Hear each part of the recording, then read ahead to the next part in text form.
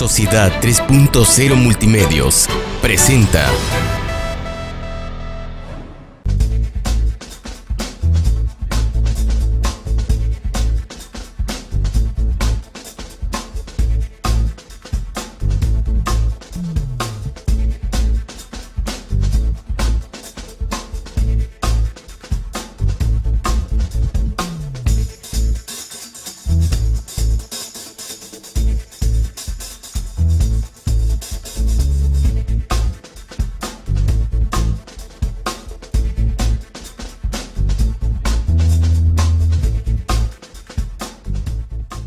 Hola, ¿qué tal, amigas y amigas? Bienvenidos. Soy Tomás González Correa y me da muchísimo gusto poderles saludar nuevamente en una emisión más de Agenda TV, y en esta ocasión, por fin y una vez más, un diálogo con mi buen amigo Hilario Barcelata Chávez. Mi buen Hilario, un gusto enorme poder tener otra vez la oportunidad de compartir cámaras y micrófonos contigo aquí en Agenda TV después de tantos programas que hicimos juntos en algún momento. Así es, Tomás. No, muchas gracias por la invitación, y para mí también es un gusto poder estar aquí contigo nuevamente y comentar, como siempre, pues los distintos asuntos relativos al país y al Estado. Un gusto estar aquí. Perfecto. Oye, Hilario, pues son tiempos de cambio.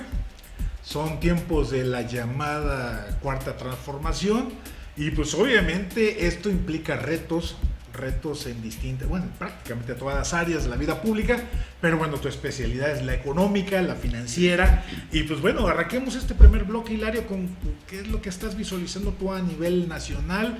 Ya son 6 meses prácticamente, y ya empieza a haber indicadores ya atribuibles al gobierno de Andrés Manuel López Obrador, pero platícanos tú qué retos estás viendo, cómo estás viendo la situación ya entre la transición de lo que fue el gobierno de Peña Nieto, lo que fue el inicio del gobierno de López Obrador y lo que va ya de la cuarta transformación. Bueno, mira, yo creo que el primer reto que yo vería en términos económicos, por supuesto, es el reto del crecimiento económico. El reto del crecimiento económico acompañado de, o dicho de manera más amplia, el reto del desarrollo económico, claro, que implicaría crecer productivamente, pero también hacerlo mejorando el bienestar de la población, disminuyendo la desigualdad tan grande que existe entre los mexicanos. Tenemos 30 años, 3 décadas de un crecimiento muy reducido que no ha permitido mejorar las condiciones económicas de los mexicanos, y que por el contrario, precisamente porque hemos incluso tenido momentos de crisis económica, pues ha aumentado la pobreza, ¿no?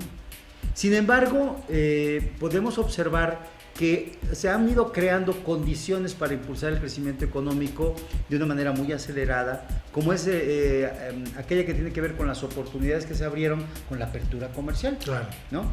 El Tratado de Libre Comercio y, bueno, los diversos acuerdos que ha tenido nuestro país, que han permitido, por un lado, poder vender más y crear oportunidades por esto mismo para que lleguen inversiones extranjeras a nuestro país. Hoy se ha desarrollado una industria muy poderosa en materia automovilística, en materia electrónica, en materia de instrumentos de la industria aeroespacial, que son quien está jalando, digamos, a toda la economía mexicana. Y los estados en donde está asentada esta industria, pues son estados que están teniendo tasas de crecimiento por encima del 5%. Entonces, creo que es importante identificar cuáles son las oportunidades que se han ido abriendo, y que todo el país pudiera ir entrando en ese cauce de crecimiento, aprovechando esas oportunidades que no se ha hecho, claro, ¿no? Los estados del sur-sureste, incluidos Veracruz, no han aprovechado esa oportunidad. Y entonces nuestro país se ha dividido como en 2 Méxicos, ahora de manera más profunda, el México del Bajío, del norte, que crece aceleradamente, que mejora sus condiciones de vida, y el México, pues, del centro para abajo, claro, que nos mantenemos en un estancamiento e incluso en un deterioro económico y social muy importante. Entonces, yo creo que eso es de los grandes riesgos. Claro, está implicada el tema de la inseguridad, sí, porque evidentemente influye sobre las inversiones, ¿no? Los inversionistas quieren tener garantías de que su inversión, pues, va a ser respetada, tanto por el Estado con sus leyes, pero también por las organizaciones criminales puesto que eso puede ser un factor para que de plano decidan no estar, no venir o no estar, ¿no?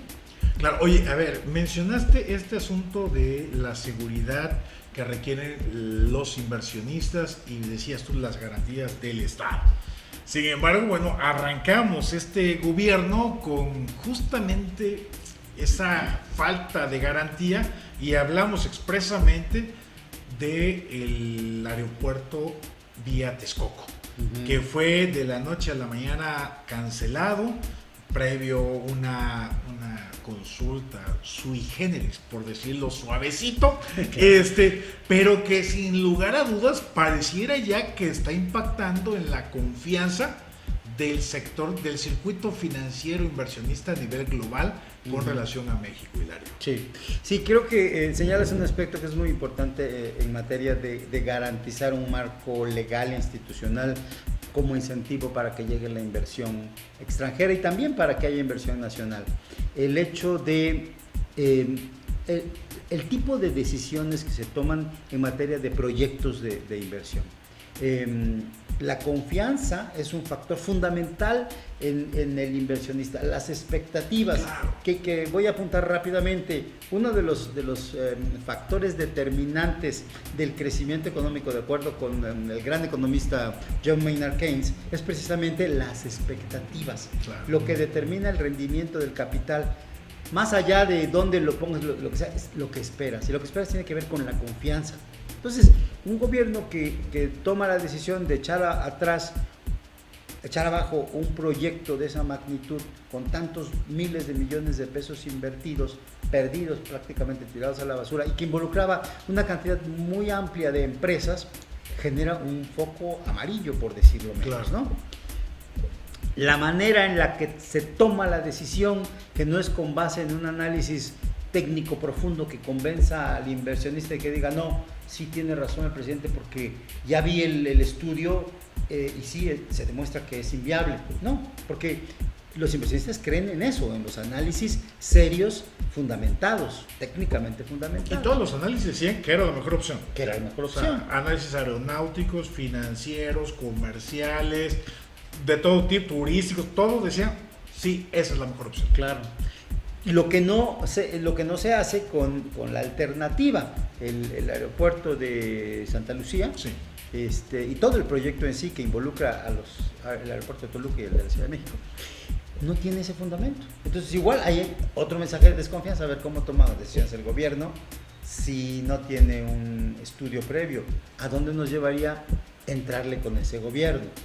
Y lo mismo pasa con todos los grandes proyectos. El proyecto del tren transísmico, el proyecto del Tren Maya, no están fundamentados en análisis técnicos, en donde el inversionista, quien va a poner su dinero en el territorio nacional, diga, ese gobierno es de fiar en materia de decisiones de proyectos productivos.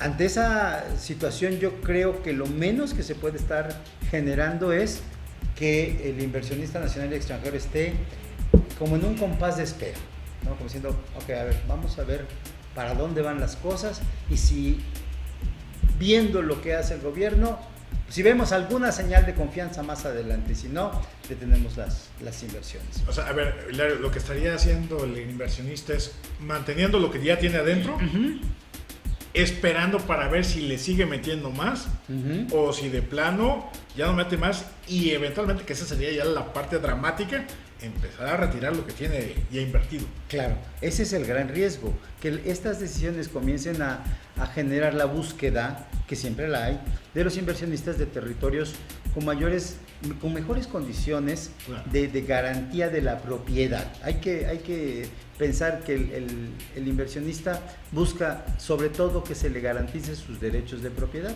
Entonces hemos visto cómo en el mundo se han dispersado las empresas que antes estaban localizadas en países centrales, principalmente Estados Unidos, se dispersan en el mundo y se fueron a Vietnam, se fueron a Camboya, se fueron a la India, se fueron a China, ¿no?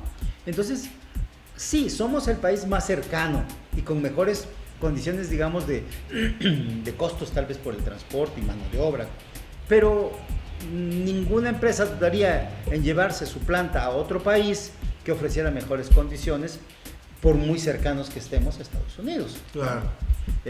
Me parece que esa situación es muy importante atenderla, porque de otra manera, no sabemos, en el mediano plazo podríamos estar presenciando una situación de esa naturaleza, que es muy costoso para las empresas, sí, pero más costoso podría ser para ellas quedarse en un clima de desconfianza y de inestabilidad. Oye, Hilario, un argumento por llamarlo de alguna manera, de carácter político, ideológico, partidista, es que esos empresarios y esos inversionistas son rapaces, son aves de rapiña, solamente nos vienen a saquear, no quieren invertir en el bienestar de los mexicanos. ¿Cómo responder a un planteamiento de esa naturaleza? Pues mira, por su naturaleza propia, la empresa está guiada por intereses egoístas. Ya lo dijo el padre de la ciencia económica, Adam Smith, allá en 1776, en su libro La riqueza de las naciones. Claro. ¿No? El egoísmo privado se convierte en virtud pública. ¿Por qué? Porque en la medida que yo hago un proyecto productivo, contrato personas, ya les estoy beneficiando, voy a vender un producto que no existe en el mercado, ya estoy beneficiando al consumidor, voy a competir con mis competidores y por lo mismo voy a hacer un producto más barato, de mejor calidad, ya estoy beneficiando a los demás. Entonces, los empresarios tienen esa característica, digamos, sí, van por las utilidades. Cuando hablamos de rapacería y de explotación y demás, hablamos de fallas de un escenario institucional. Si el empresario es rapaz, es explotador, es porque no tiene límites legales e institucionales para no hacerlo, ¿no? Pero en la medida que existe un Estado que le establece los límites, que establece regulación antimonopólica, que hace que se respeten los derechos laborales, que se respete la competencia misma, entonces el empresario tiene un espacio de donde competir con reglas claras, transparentes y que benefician a toda la población.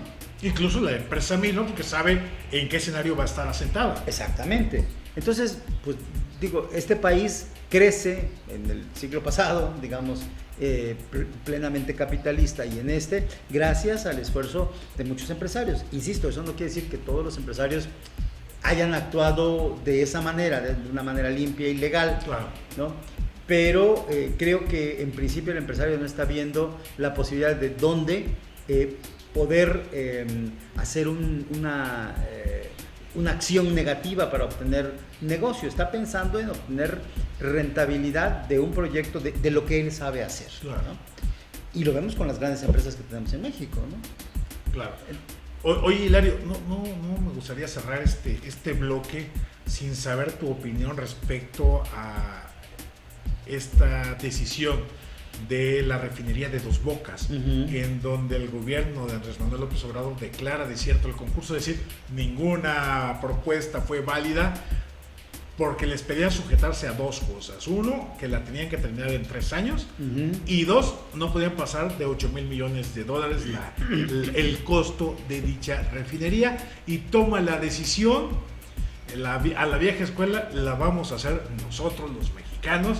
Híjole, y de inmediato me vino a la mente la construcción de la planta nuclear de Laguna Verde, que fue un agujero de corrupción terrible, años y años y años para que se lograra terminar. ¿Cuál es su opinión al respecto de esta decisión respecto a Dos Bocas? Bueno, yo creo que es una decisión que pone en riesgo financieramente a Pemex y por esa vía al propio país. Si las empresas, que son empresas importantes, que se dedican a hacer refinerías, que no es cualquier cosa, ¿sí? No hay como muchas que te encuentres, ¿no? No es poner un puesto de cacahuates en la esquina de la casa, ¿verdad? Exactamente, además que tiene un nivel muy refinado de conocimiento técnico. Si te dicen, miren, ni se puede ese costo, ni se puede en ese tiempo, pero lo podemos hacer a un costo mayor y a un tiempo más amplio. No. Entonces no. Bueno, ¿qué quiere decir? Que entonces el gobierno asume que Pemex tiene la capacidad para sí hacerlo con ese costo y en ese tiempo. Pero si ya los que sí saben dijeron que no, lo más probable es que no se pueda.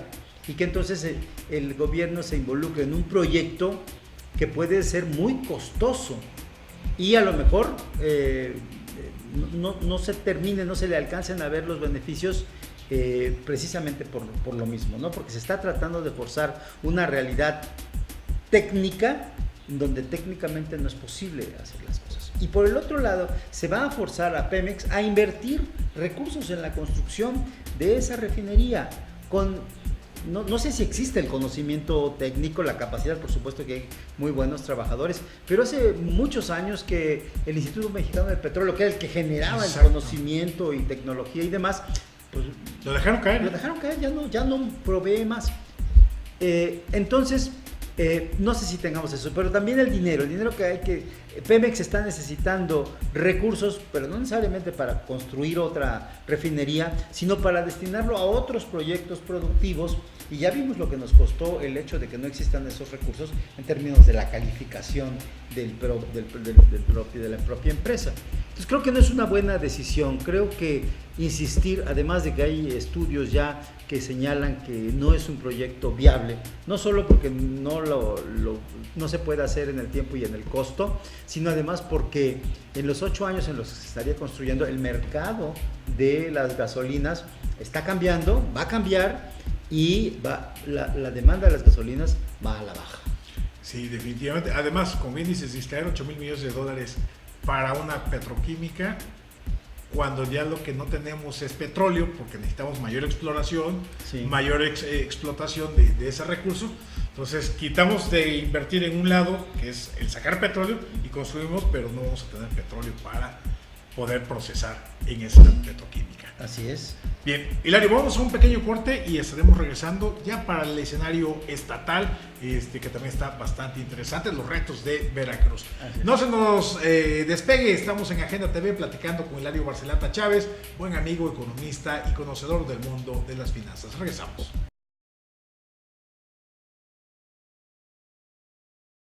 La calidad tiene nombre, Universidad IBES. ¿Por qué somos tu mejor opción? Tenemos un sistema cuatrimestral, docentes capacitados, un plan de estudios avalado por la SEP y CEP, las cuotas más competitivas del mercado. Conoce nuestra oferta educativa a través de nuestro Facebook. Encuéntranos como Universidad IBES. También en nuestra página web como www.ibes.edu.mx o ven a nuestras instalaciones ubicadas en Azueta, número 34, Colonia Centro, en Jalapa, Veracruz. También llámanos al 8-123-456. Bienvenido a la mejor comunidad. Somos Linces, Universidad IBES.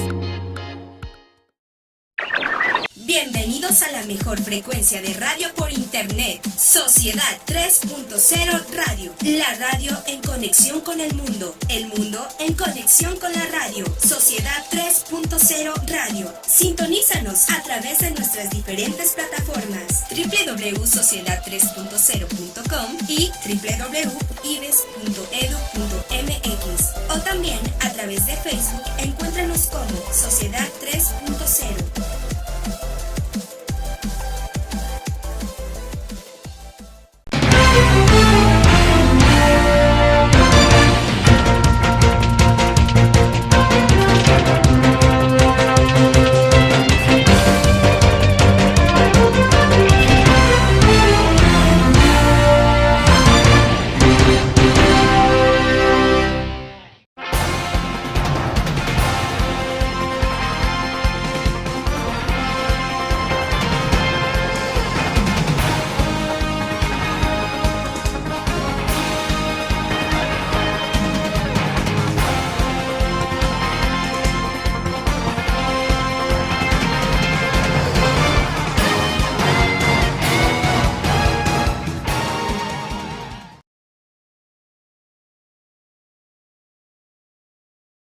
Bien, ya estamos de regreso aquí en Agenda TV. Muchísimas gracias por seguirnos acompañando en este diálogo con mi buen amigo Hilario Barcelata Chávez.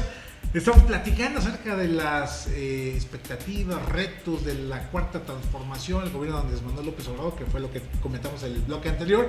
Y ahora en esta ocasión, bueno, Hilario, el tema de Veracruz, sin lugar a dudas, la economía sigue estando muy comprometida en el estado, independientemente del asunto financiero en sí del gobierno. La economía veracruzana está atorada desde hace ya bastantes años, independientemente del gobierno desde el cual lo querramos ver. Así es. Sí, mira, yo creo que tú de manera muy rápida señalaste algunos de los problemas. El problema de las finanzas públicas, es decir, que no se resuelve aún la escasez de recursos. El gobierno anterior hizo un esfuerzo muy grande por equilibrar el profundo desequilibrio que había dejado el gobierno de Javier Duarte. Se lograron avances importantísimos, incluso con la propia reestructuración de la deuda, pero el reto sigue siendo ese: cómo obtener más recursos para poder gastar más y poder incidir más en el desarrollo del Estado. El problema del crecimiento económico, que es más grave que, digamos, a nivel nacional, porque Veracruz efectivamente lleva muchos años de estancamiento económico. Y el problema de la inseguridad, bueno, ya digamos que ese es un problema generalizado, claro, aunque en Veracruz mucho más profundo y que evidentemente tiene su impacto en el aspecto económico. Pero hablemos del problema estructural de la economía, porque aún, y esto hay que reconocerlo, que debe quedar muy claro, aún resolviendo el problema de la seguridad, aún resolviendo el problema de las finanzas públicas, si no se resuelve el problema estructural que tiene la economía veracruzana, no vamos a crecer, claro, y no vamos a prosperar. Yo veo el problema de la economía veracruzana como un problema estructural, primero que tiene que ver con su falta de transformación estructural de su industria. Seguimos siendo todavía una economía que depende fundamentalmente de industria muy tradicional, y del petróleo, ¿no? Y por otro lado, una estructura, digamos, productiva en general, incluye también el sector agropecuario y de servicios, que no se ha modernizado frente al reto de la globalización, claro, y que por tanto el mercado veracruzano, digamos, las empresas veracruzanas no están conectadas con el ciclo de reproducción de capital a nivel internacional.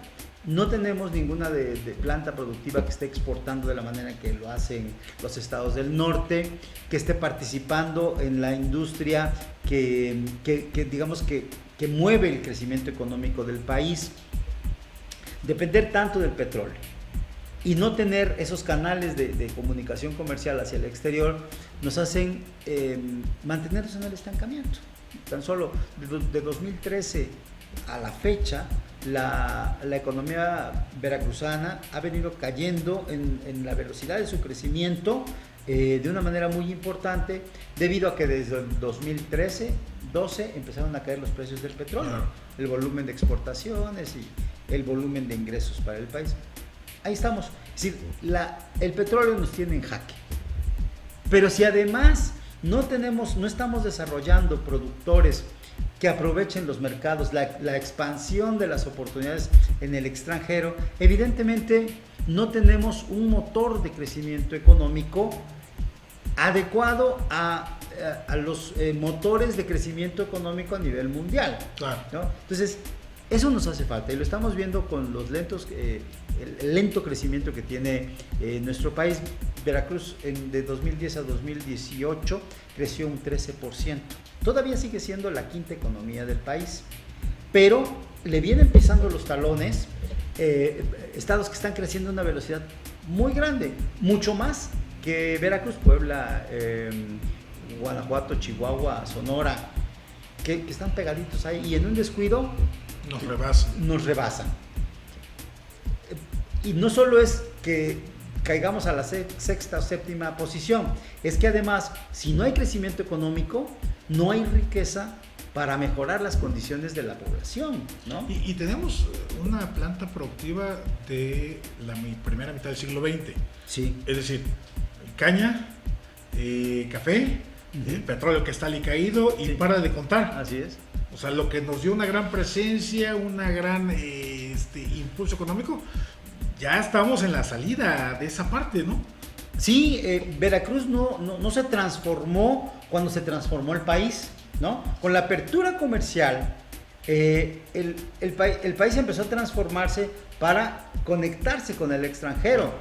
México era una economía cerrada, sí, y así funcionaba, y muy bien la economía veracruzana. Producía para el mercado interno, alimentos, materias primas, todo estaba concatenado con una estructura económica cerrada.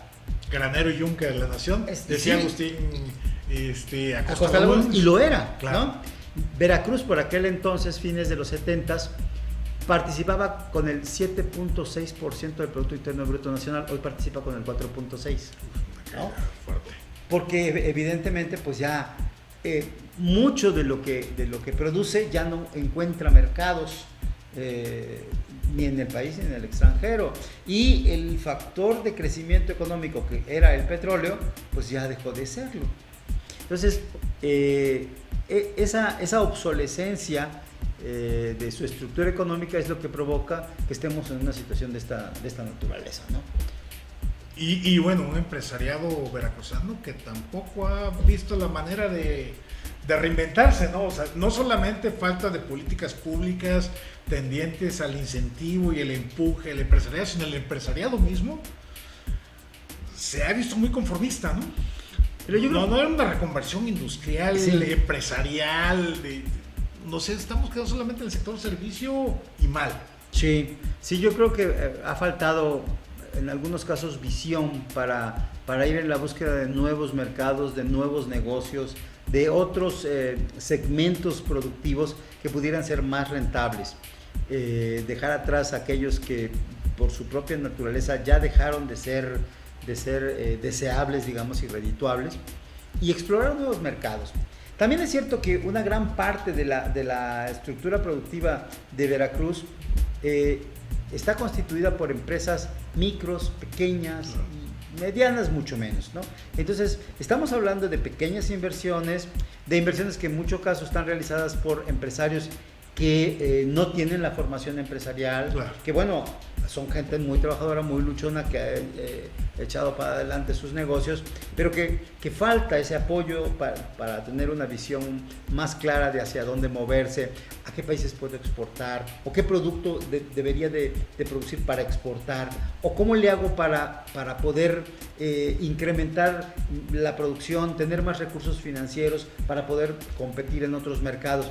Todo ese know-how no necesariamente lo tiene el empresario. Ese know-how, uno se aprende y otro, se aprende en el mercado, y otro pues se aprende de la formación en negocios que podemos adquirir en la academia. Creo que eso hace falta, y creo que es importante que el gobierno del Estado asuma la responsabilidad de apoyar al empresario en esa parte. Desarrollar productores, desarrollar exportadores, mejorar la organización interna de las empresas justamente para poderlas enfocar hacia mercados en donde hay una mayor competencia, apoyarlos para el desarrollo de su propio producto, que eso es fundamental para que la empresa que no tiene la capacidad para dar el gran salto lo pueda dar. Identificar, mira, yo digo una cuestión, identifiquemos cuáles son los productos que pueden ser un gran negocio. Claro. Seguramente los que tenemos hoy, los que predominan en nuestra industria, no lo son, y mucho menos en el sector agropecuario. Hagamos una lista de los productos que se exportan, que son los primeros lugares en exportación en el país. Veamos a cuál de esos le podemos apuntar.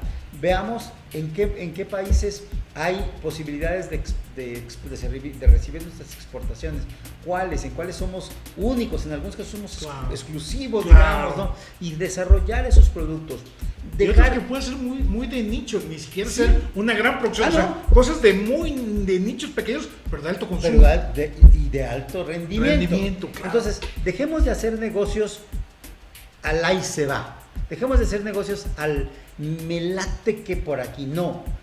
Vamos a crear una estructura de proyectos de negocio, vamos a decirle así, en donde el productor, a ver, yo tengo aquí un dinerito, quiero invertir, ¿en qué? Bueno, mira, estas tazas se están vendiendo en Japón a muy buen precio y así, ok, ¿cuánto se necesita? ¿Dónde está la maquinaria?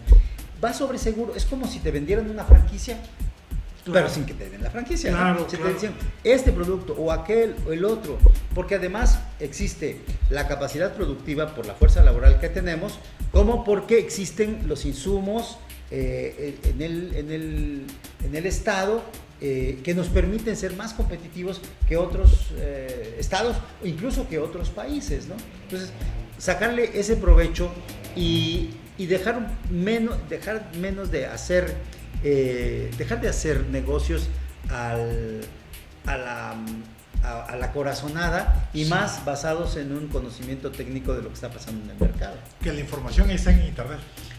Definitivamente, O sea, ya ahí ni está siquiera todo, ir a sí. los archivos. Sí. No, todo está en internet ya. Sí, tú tienes una gran cantidad de información que puedes utilizar para elaborar un proyecto productivo sin ningún problema. Y existen las instituciones que te pueden dar la orientación. Claro, que lo estén haciendo eficientemente es otra cosa, pero sí existe un aparato administrativo que puede impulsar el desarrollo de las empresas y de las empresas locales, porque muchas veces estamos pensando, bueno, que venga la armadora de la Nissan o de la Audi, que se ponga aquí, ¿no? Le abrimos espacio, espérame, a lo mejor no vienen, porque el Estado no le ofrece las condiciones. ¿Cuáles son? No sé, ponte a investigarlas. Y cuando sepas por qué las empresas extranjeras se ponen en el Bajío o en Puebla o en el norte, estarás en condiciones de mejorar tus condiciones para que esas vengan. Pero mientras lo descubres o mientras se puede, Y en lo que llegan. Y en lo que llegan, desarrolla tus productores. Aquí tienes 8 millones de veracruzanos con capacidad, no, menos, ¿verdad? Con capacidad productiva, hasta los bebés, ¿no? Sí, claro. Con capacidad productiva, saben producir. A ver, los que producen en el campo, las pequeñas empresas industriales, solo que no tienen mercados, ayúdales a conseguir mercados para sus productos, ¿no? Claro. Y entonces, puede ser que llegue el momento en que ya no necesites que llegue la inversión extranjera, porque la propia dinámica de la producción interna te va a permitir un mayor crecimiento económico. Y en lugar de andar correteando a grandes empresas a que vengan a invertir, las grandes empresas van a decir, algo está pasando en Veracruz, hay que ir para allá. Exactamente. Eso se va O sea, a convertir dinero en trae atractivo. dinero. Sí, pero hay que desarrollar a los propios productores del Estado, ¿no? Cuando comienza a haber una prosperidad económica a partir de esa dinámica interna, tienes razón, empiezan a llegar las inversiones de otros países. Digo, un ejemplo tal vez burdo, pero veamos cómo en las grandes ciudades veracruzanas llegan todas las cadenas comerciales, claro. Costco, Sam's, Walmart, ¿no? Soriana, etcétera, por hablar de lo comercial. Las agencias de automóviles, por ejemplo, cuéntale cuántas hay en Jalapa. Sí. ¿Por qué? Pues porque hay mercado. Entonces, tenemos que generar nuestra propia dinámica interna de crecimiento. ¿Para qué? Para no depender también de un mercado extranjero que en algún momento la economía norteamericana se cae y se nos acabó el negocio, ¿no? Entonces, o sea, el equilibrio entre lo externo, lo interno, que pueda capotear cualquier situación de crisis. Exactamente. Esa es la manera en la que yo creo que se debe de construir una estrategia de crecimiento económico y de progreso social. Hilario, últimas palabras para nuestra audiencia de Agenda TV. El tiempo, híjole, platicando contigo se nos va bien rapidísimo.